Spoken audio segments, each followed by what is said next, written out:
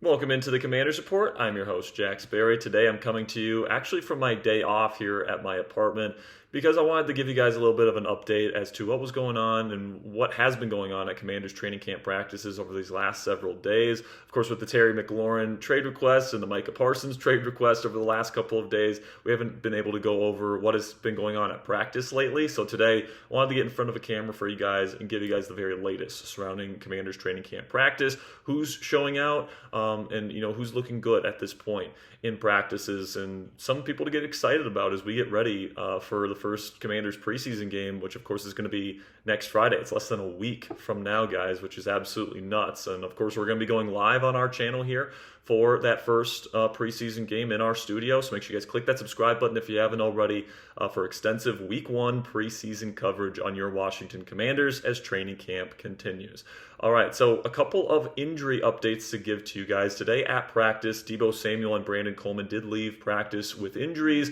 Now, I wouldn't be too concerned about Deebo Samuel. He did have a jammed finger, is the way that it's being described, and that it's not serious. So maybe he misses, practice. Tomorrow the Commanders have an off day, but maybe he misses a practice on Monday or something like that. But I do expect him to be fine.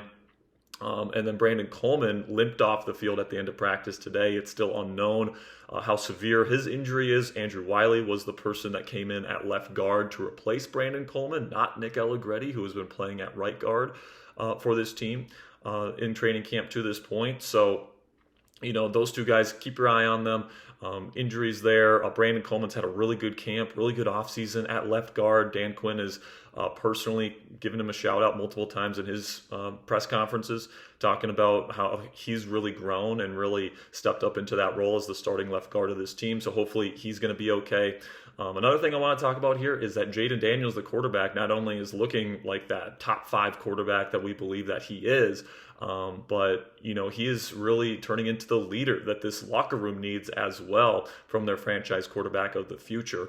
There was a report this week that Jayden Daniels kicked an offensive lineman out of the huddle when they had a false start penalty, holding that player accountable for the penalty there, and kind of just laying down the law, making sure that everybody knows that there's a standard on this football team and you got to meet that standard, and if you're below that standard then you're getting out, all right, and you don't get the practice, or at least for that rep, right? You get to take yourself out of practice if you're not meeting the standard of this football team. And Dan Quinn, the head coach, and now Jayden Daniels, the quarterback, are really taking ownership of this offense here and saying, listen, man, we can't have the procedural penalties that did show up at times last year. And, I think that is a really good look for Jayden heading into his second season, where he's taking more accountability, more ownership of the offense. And, I think that can only mean good things for Jayden Daniels as he heads into his sophomore season. Something else that I'm taking away from Commanders practice is that even though Terry McLaurin has requested a trade away from the Washington Commanders, he is still in team gear. He is still wearing his Commanders hat. He's wearing his Commanders, gear, his sweatshirts and such. And then today he was seen dapping up team owner Josh Harris, which can only mean good things. It's showing me that he still has good feelings about the people in the Commanders organization. And even though, his agent and he are kind of, causing some noise and causing some pressure to be applied to this front office to give him the money that he feels like he is deserving of, he still really feels good about this organization. He wants to be here. He's made that abundantly clear, and it's not like the situation with Micah Parsons in Dallas, where he has expressed, right up front, I do not want to be here. I feel disrespected by the ownership and the front office, with the way that they have gone about these negotiations. Terry has made it abundantly clear throughout this process that he wants to be here, and even though the trade request might point to something different there, I do think that that's just kind of a tactic that Deebo Samuel, Brandon Ayuk have used against Adam Peters in the past, right? And it always ends up that these players end up getting contract extensions. So once again, guys, I will reiterate, like I've said a million times on this channel, I'm not particularly super worried that a deal is going to get done between Terry McLaurin and the Commanders. I think the Commanders know that they need McLaurin on the team this year. I think McLaurin wants to stay here, and when both sides want to work together, and both sides want to get something done, it usually does get done. My biggest concern, though, like I've said on this channel many times, is that that this drags all the way out until like week 1, and Terry McLaurin isn't practicing all through training camp. Like that would be the worst case scenario to me, because we've seen that movie play out over the last several years. These guys sign their contracts and their extensions late after not practicing during training camp, and then they get off to slow starts.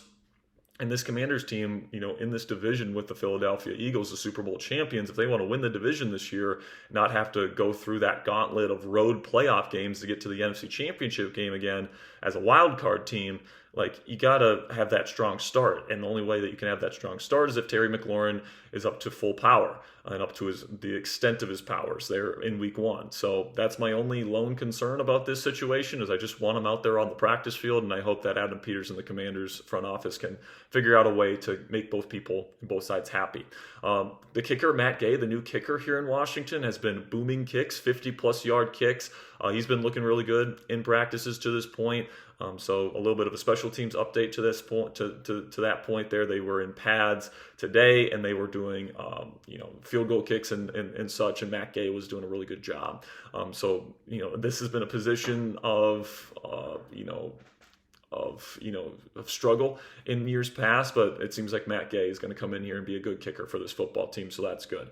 Also, Zach Ertz, I can affirmatively say that he looks like he is back to business. Even though he's an older player and he's lost a little bit of a step athletically, he still runs routes super, super well. He's got really great hands. He's so savvy and smart, and he just knows when to sit down in those zone windows. And, of course, he has that great chemistry with Jayden Daniels. So to see those two connect on multiple touchdowns this week in practices, that was great to see.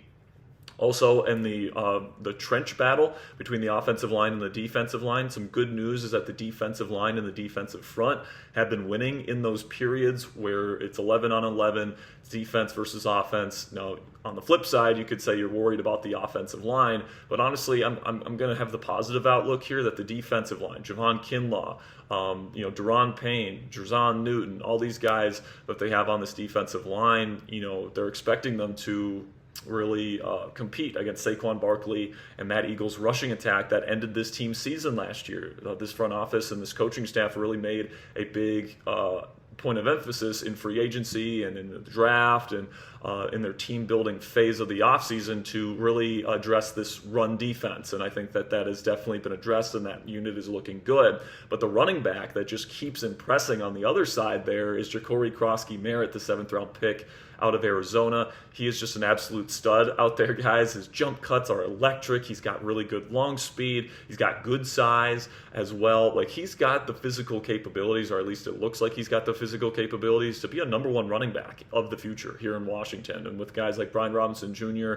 and Austin Eckler both heading into contract years, the better that Crosky-Merritt looks, the lower the chances it looks like that those two guys will get a second contract here with the Washington Commanders. So Crosky-Merritt continues to impress. He's going to be maybe the guy to watch in these preseason games for me because, he had an eligibility issue last year at Arizona, and some teams were scared off by that, but he's just a damn good football player, guys, and he's a physical freak, and, I think that he's got a chance to be damn good for this football team moving forward.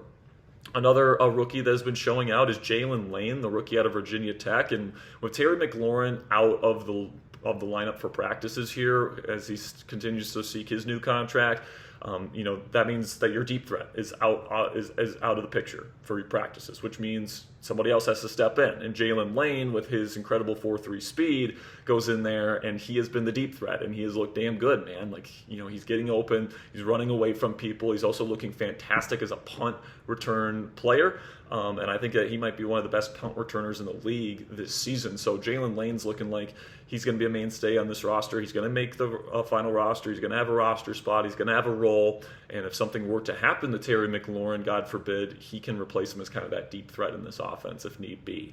And then my final point here is that even though Josh Connerly Jr. has had maybe a little bit of a slow start to training camp, there's some reports of him having heavy feet, and he just doesn't really look comfortable out there just yet. the good news is that he is tied to the hip of left tackle Laremy Tunsil, one of the best pass protecting tackles in the history of the National Football League.